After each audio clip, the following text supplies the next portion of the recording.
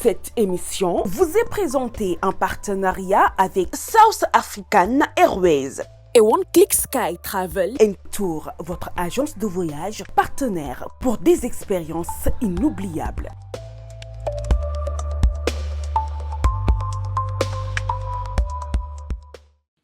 Et si le plus grand tournant de votre vie dépendait d'un seul choix, celui de votre partenaire? Comment reconnaître la bonne personne et quelles sont les erreurs qui peuvent nous coûter très cher? Mesdames et messieurs, bonjour et bienvenue sur Horizon Média. Je suis très ravie de vous recevoir encore une fois dans notre émission La femme au cœur, où nous traitons de tous les sujets relatifs à la femme.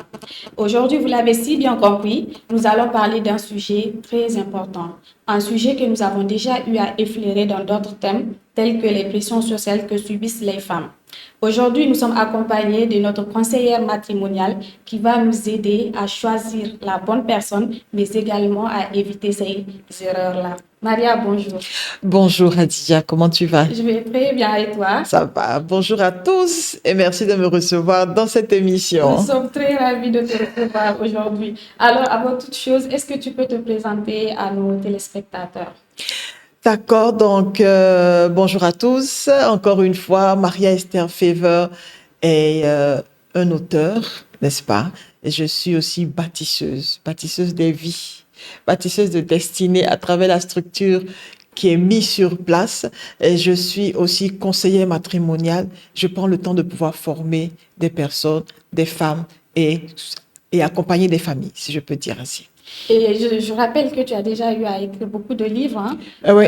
Dans ce cadre-là. Oui. Et même si on n'a pas les livres aujourd'hui avec nous, est-ce que tu peux prendre le temps de nous dire quels sont les livres que tu as déjà écrits et d'où est venue l'inspiration d'écrire ces livres? D'accord. Je vais parler seulement des livres du côté mariage, n'est-ce pas? Donc, le tout premier livre que j'ai fait sortir s'appelle Les illusions des célibataires. Ça, je l'ai écrit après 10 ans de mariage parce que je me suis rendu compte qu'il y a quelque chose qui manquait ici. Je me suis rendu compte qu'il y avait quelque chose qu'il fallait qu'on puisse passer à la génération qui arrive. Parce que beaucoup rentrent dans le mariage en étant remplis d'illusions. Et quand tu descends de ton nuage d'illusions, ça fait vraiment mal. Le deuxième livre, c'est Comment savoir si je suis prêt pour le mariage.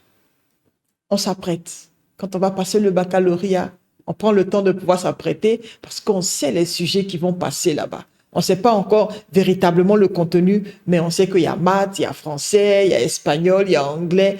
Il y a tout ça dépendamment de la filière. Donc, on se prépare. On se prépare. Donc, dans le mariage également, il y a différents aspects de la vie où on doit être prêt. Est-ce que tu sais, Radija, que le mariage ne s'improvise pas, il s'apprend. Okay. On apprend. Oui, tu ne savais pas, là je te le dis. Il ne s'improvise pas, il s'apprend. Maintenant, le tout nouveau que j'ai fait sortir cette année-là, c'est le choix du conjoint. Qui choisir et qui éviter. Et c'est là que nous allons vraiment nous focaliser sur le choix du partenaire. Je pense que ces livres déterminent très bien notre sujet du jour. Oui. Donc, est-ce que déjà, avant toute chose, est-ce que vous pensez que vraiment une personne arrive à choisir son partenaire ou encore tu es façonné par ton vécu, on va dire, par ton histoire? Ce sont tes choix qui façonnent ton vécu. Okay. Est-ce qu'on comprend un peu? C'est nos choix qui façonnent notre vécu. Donc, ce même choix-là se répercute dans le choix du conjoint. Donc, tu as encore le choix, parce que c'est le choix de ton conjoint qui va avoir des conséquences ou des avantages sur ton vécu. Donc, oui, on choisit. On choisit alors. Oui. Donc, aujourd'hui, est-ce que les différences culturelles ou religieuses peuvent impacter sur le couple ou dans le mariage? Ça impacte, qu'on le veuille ou pas. C'est pourquoi dans le livre, le tout premier point que j'ai souligné, c'est de marier quelqu'un qui a la même vision spirituelle que toi. C'est très important. Si tu es d'un certain bord religieux, marie quelqu'un qui est du même bord religieux que toi. C'est pour éviter beaucoup de problèmes à l'avenir. Comment les enfants vont être élevés, qui va où, qui suit qui. Les gens vont dire, mais c'est la femme qui doit suivre l'homme. Si la femme est d'un tempérament plus fort que l'homme, qu'est-ce qu'il fait? Je vous laisse là. Il suit alors, et les différences culturelles alors? Oui, ça impacte. Je disais tantôt que si tu maries quelqu'un d'une autre culture, il faut connaître où tu mets tes pieds. Il faut connaître leurs habitudes. Il faut savoir qu'est-ce qu'ils mangent. Et je disais qu'il y a un monsieur ivoirien qui a marié une blanche. Et le monsieur, lui, s'il n'a rien mangé, c'est foutu.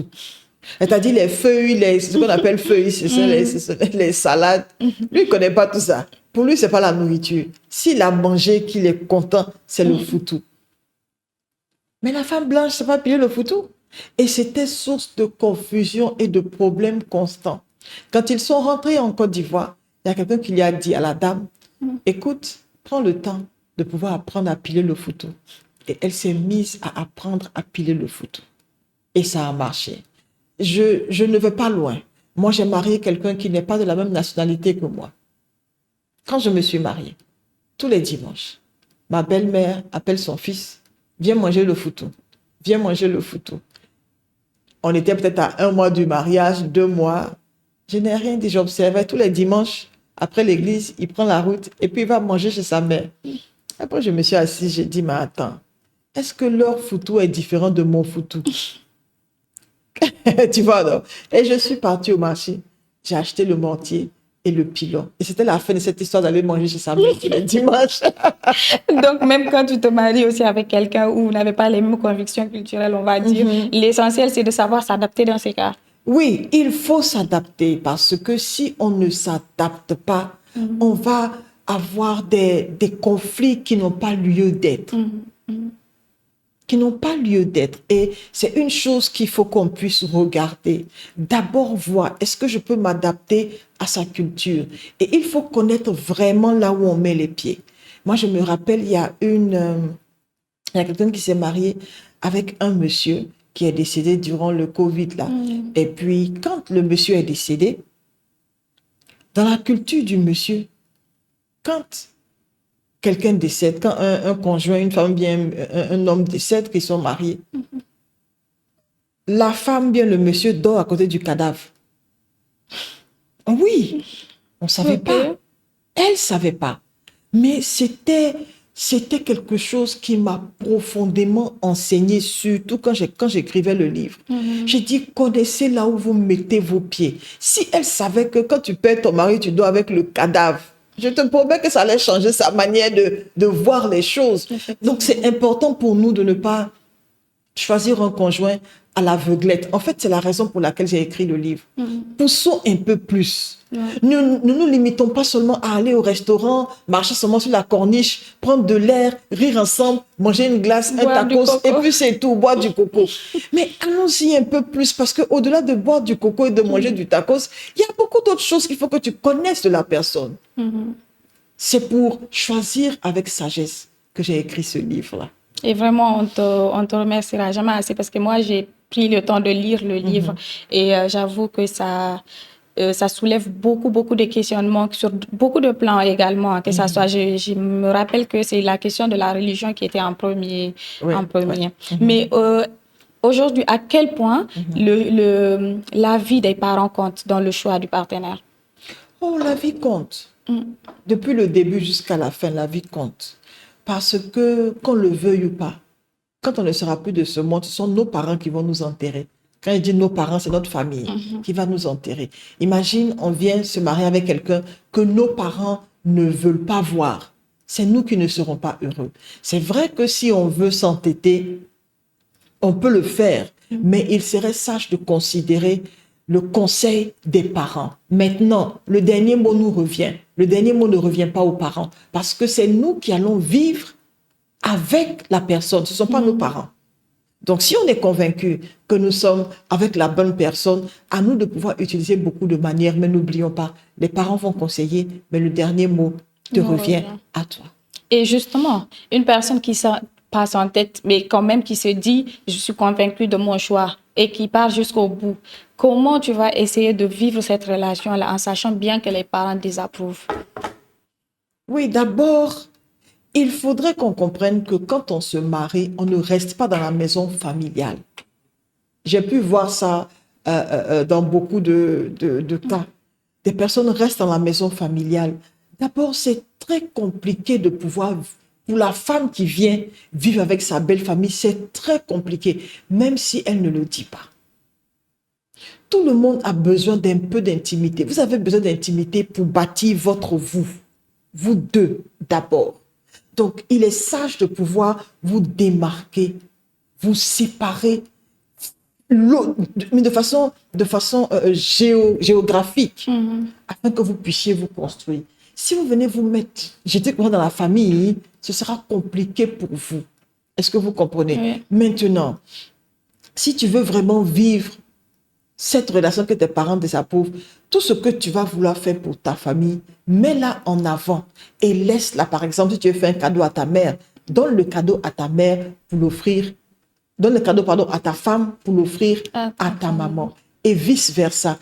En mettant ta femme en avant, s'il y a quelque chose, oh, c'est ma femme qui a fait. On va commencer à la voir différemment. Ou bien c'est mon mari qui a fait. On va commencer à le voir différemment. Même si c'est toi qui le fais. Tu mets ton autre toi, c'est-à-dire que ton conjoint devant, ou bien ta femme devant. Petit à petit, vous allez voir que le cœur des parents va commencer à s'attendrir. Est-ce qu'on comprend? On comprend parfaitement. Donc on va vraiment rentrer dans le vif du sujet. On va dire quels sont les critères fondamentaux à prendre en compte pour choisir un partenaire. Les critères, c'est tout un combo de choses. D'abord, il faudrait que tu aimes la personne que tu vas marier. Il ne faut pas qu'on t'impose cette personne. Il faudrait que tu choisisses la personne de ton propre gré. Ensuite, dans ton choix, ce qu'il faut considérer, c'est est-ce que je connais les qualités? Est-ce que je connais les défauts? Est-ce que je connais les faiblesses de la personne avec qui je veux vivre? Si tu n'as pas encore vu les défauts de la personne, ne t'engage pas. Parce que les défauts font partie de cette personne-là. Et tout le monde a des défauts. Il faut connaître également quelles sont les maladies que la personne a. Surtout, oui. Il faut le connaître. Parce qu'il y a des degrés. Si la personne est asthmatique, tu dois savoir.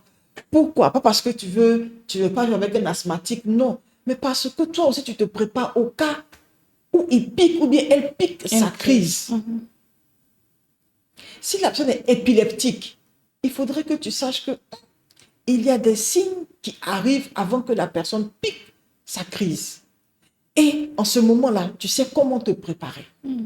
Donc, il y a des maladies qu'il faut que tu connaisses l'état de santé de la personne avec qui tu vas aller vivre. Aussi, un autre point à considérer, c'est de pouvoir regarder à la situation financière parce que vous n'allez pas vivre d'amour et d'eau fraîche. Surtout pas. Après les bisous, on aura faim. Je ne sais pas si vous avez remarqué, mais après, on a toujours faim. Donc, il va falloir manger. Il y a les factures. Il y a les factures à payer. Il y a tout ce que vous pouvez imaginer. Aujourd'hui, tout est basé sur l'argent. Donc, il faut aussi voir le côté, est-ce que la personne-là est financièrement indépendante? Ça, c'est à voir. Et puis, un autre point, est-ce que la personne me respecte? Est-ce qu'il respecte ma famille? Comment est-ce qu'il traite les gens de son entourage? Ça, c'est un point qui ne manque pas. Mais les gens ne regardent pas. Si tu veux marier un homme, regarde comment il traite sa maman. Ou bien regarde comment il traite ses soeurs. C'est comme ça il va te traiter. S'il est dégueulasse avec elle, et puis quand tu parles, il dit, oui, mon cœur, c'est juste une question de temps. Tu vas être dans le même lot qu'elle tout de suite. Si à chaque fois qu'on lui parle, ah, laissez-moi respirer, il y a quoi? C'est juste une question de temps. Il va te faire aussi comme ça. Ah, il y a quoi? Laissez-moi respirer. Donc, il faut regarder comment il traite sa maman. Est-ce qu'il est quelqu'un qui est tendre avec sa maman? Il sera tendre avec toi. Est-ce qu'il est quelqu'un qui écoute et qui est respectueux avec ses soeurs? Ou bien tout le monde dit, lui là, il est bizarre façon. Si on t'a dit qu'il est bizarre là, c'est son comme ça, comme les Ivoiriens le disent. C'est comme ça qu'il est.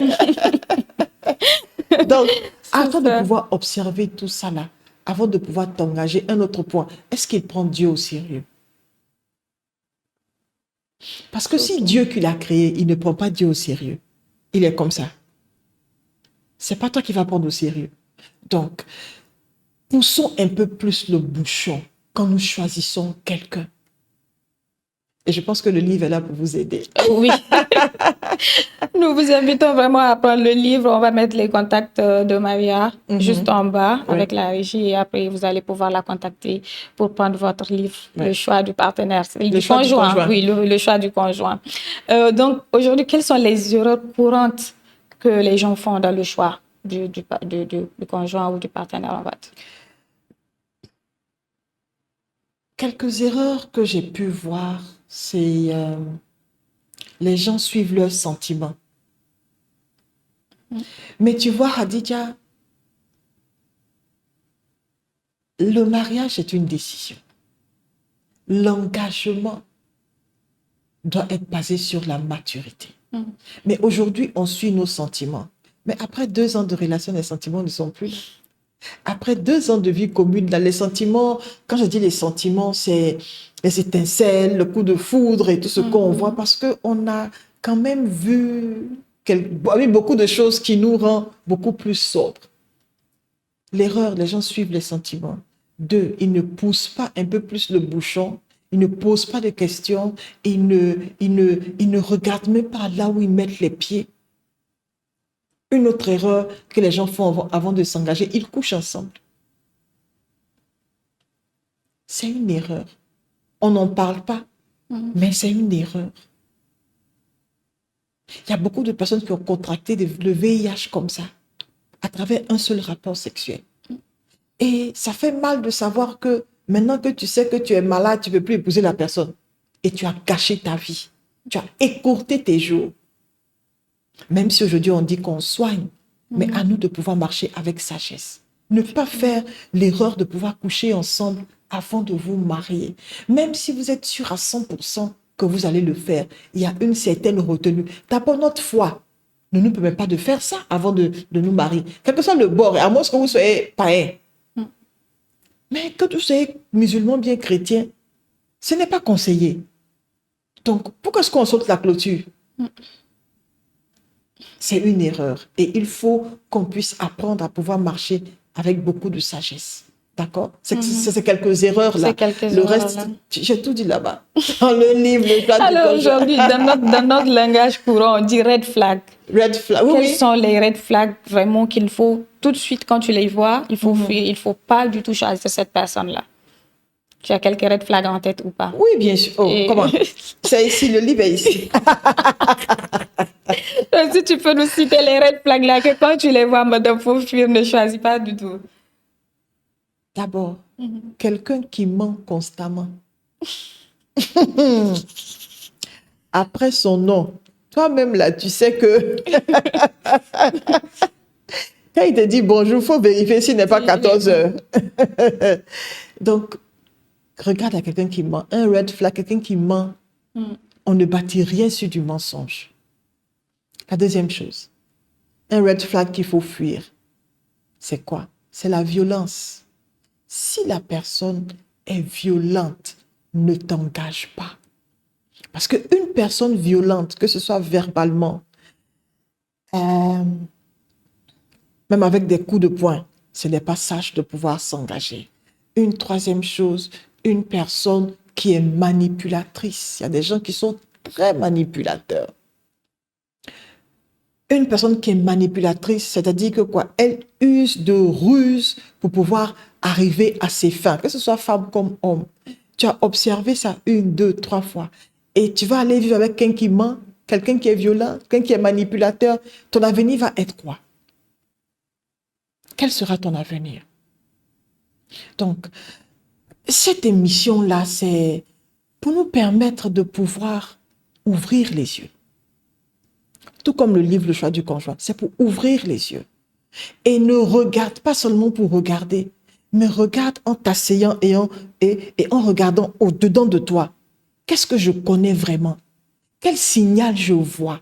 Qu'est-ce que je dois fuir? Qu'est-ce que je dois embraser? Qu'est-ce que je dois négliger? Parce que c'est vrai que quand on voit des choses, il y a des choses qu'il faut négliger, mais il y a des red flags qu'il ne faut pas du tout négliger.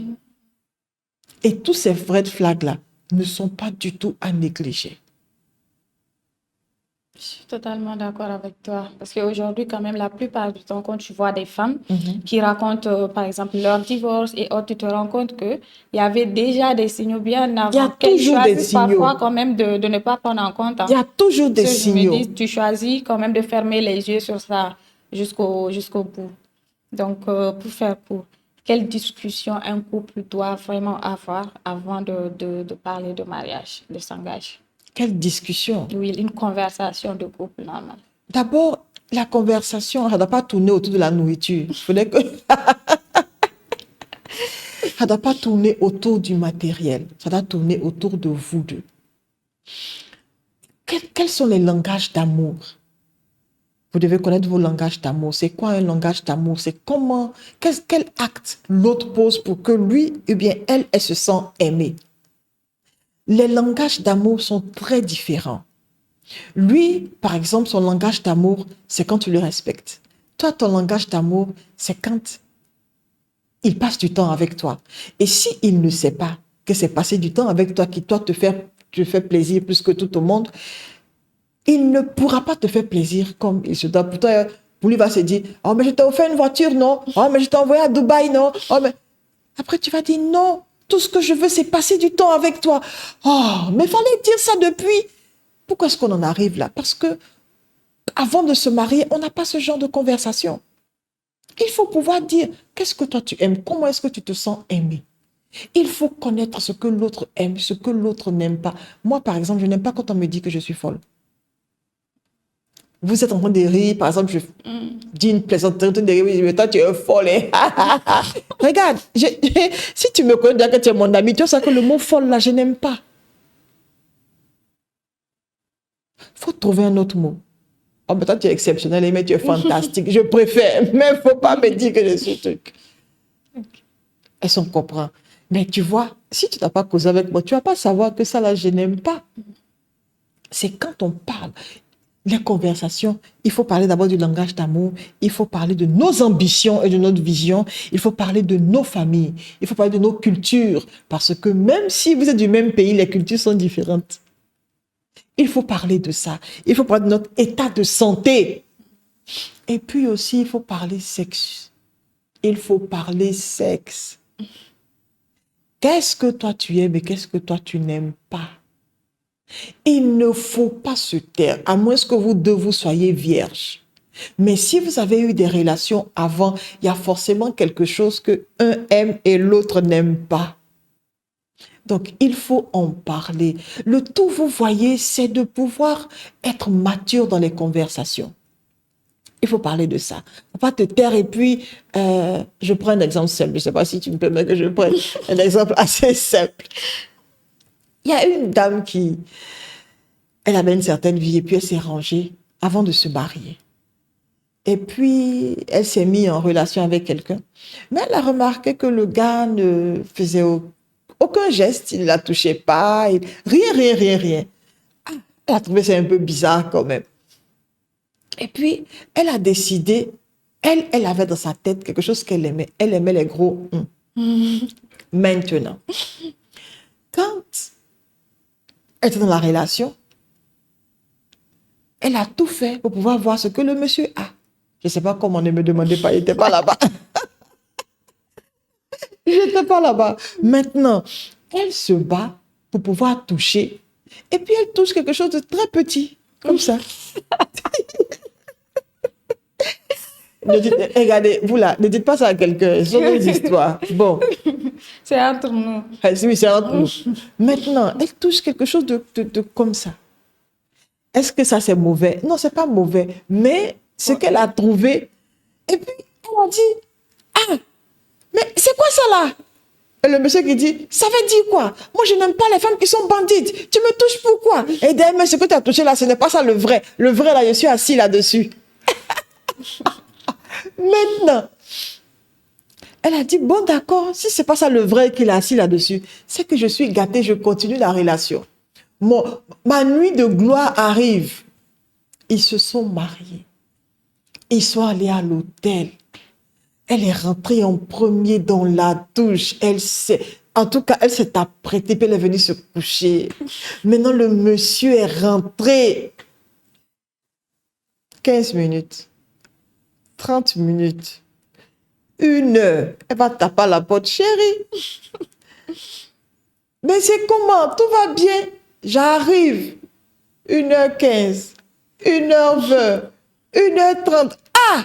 Elle va taper encore. Tout va bien? Oui. Voici le monsieur qui sort avec sa kikinette comme ça. Elle dit quoi? Je t'ai pas dit? Est-ce que je t'ai pas dit? Pardon, prends-moi comme ça. Hey! Dis avec moi, hey! Hey.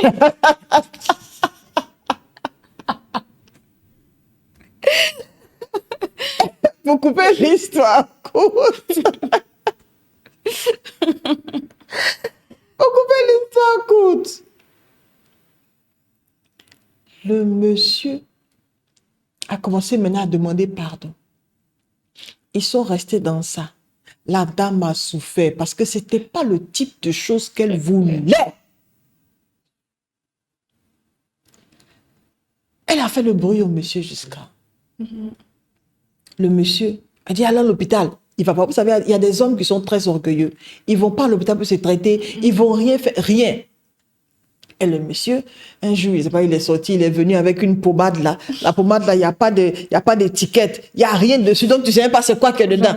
La couleur même est bizarre. Le monsieur commence maintenant à s'émasser. Tu vois, comme les femmes qui se dépigmentent là. Maintenant, tous les jours, maintenant c'est lui. Il est en train de s'émasser. Il a eu sa mission de vie. Il se masse. Tous les jours, 3 fois par jour, il est dessus. Au bout de quelques temps, ça a commencé à sortir un peu. La femme était contente. Elle dit, ah, enfin. Mais tant de gloire arrive. Maintenant que c'est bien sorti là, ça ne s'élève plus. Est-ce qu'un criquet vivant n'est pas mieux qu'un anaconda mort? La dame était choquée. 2 ans de mariage. On demandait le divorce. C'est évident. C'est évident. Pourquoi c'est évident? Parce que quand même, elle n'a pas eu ce qu'elle voulait depuis le début. Elle n'a pas eu. Pourquoi elle n'a pas eu ce qu'elle voulait? Parce qu'elle n'a pas parlé de ça depuis le début. Ou bien le sujet n'a pas été abordé.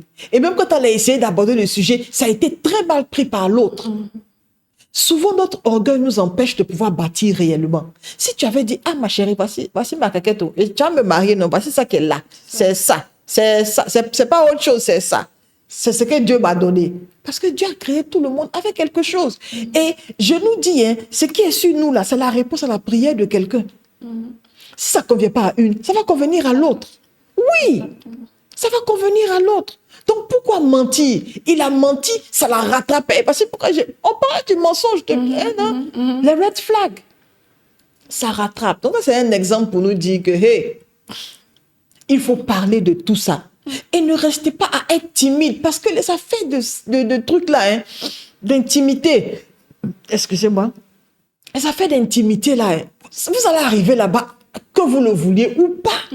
Donc, autant être préparé. Et puis, je suis là pour vous aider. C'est mon rôle de conseiller matrimonial. Donc, elle est là pour vous aider.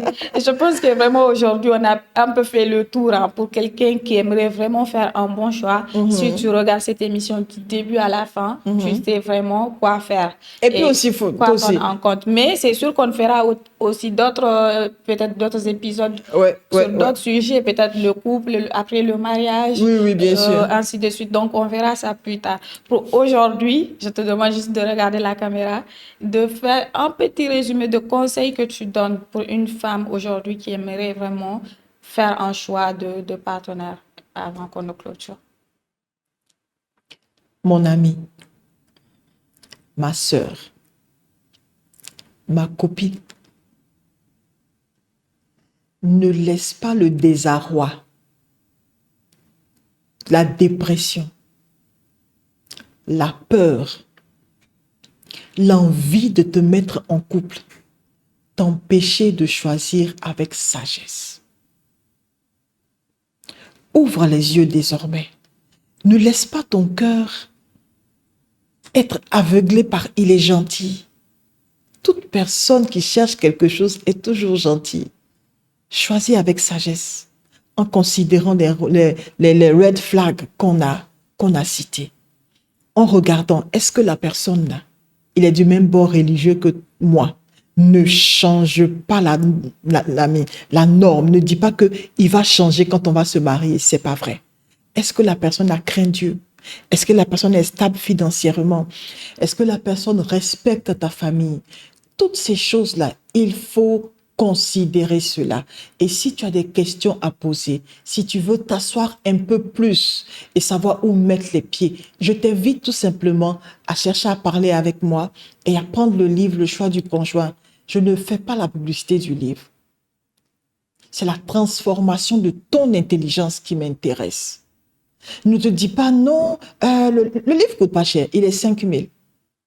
Mais tu vois, quand tu achètes le livre et tout le kit du mariage des 3 livres, tu as droit à une formation gratuite de 3 mois. Gratuite de 3 mois. Donc, je veux t'encourager à mettre de côté tout ce que tu as vécu avant et à t'asseoir avec toi-même ta destinée. Et au vu des conseils des personnes qui ont traversé beaucoup de fleuves et qui tiennent, assieds-toi à leurs pieds et puis prends conseil parce qu'il y a la sagesse dans un nombre de conseillers. C'était mon mot pour toi aujourd'hui. Si tu nous as suivis jusqu'à maintenant, je veux tout simplement que tu te considères assez afin de pouvoir bien regarder où est-ce que tu mets tes pieds. Parce que tu sais quoi? On ne vit qu'une seule fois. Et je ne veux pas que tu pleures. Parce que le mariage, ce n'est pas un fleuve d'eau tranquille comme tu le vois. Ne laisse pas ta vie être utilisée comme un mauvais exemple dans ta famille, dans les réseaux sociaux et dans ton pays. Il est temps de faire la différence et de bien semer en toi pour que tu fasses le bon choix. Je t'attends. Alors, merci Maria pour ces conseils qui sont quand même assez précieux. Et merci aussi à nos téléspectateurs de nous avoir suivis jusqu'à la fin de cette émission. Ouais. Alors, nous allons vous dire au revoir. Au revoir. Et on se retrouve très prochainement pour une nouvelle vidéo qui sera sur un projet qui va vous parler. Merci et au revoir, à la prochaine. Au revoir. Cette émission vous est présentée en partenariat avec South African Airways et One Click Sky Travel Tour, votre agence de voyage partenaire pour des expériences inoubliables.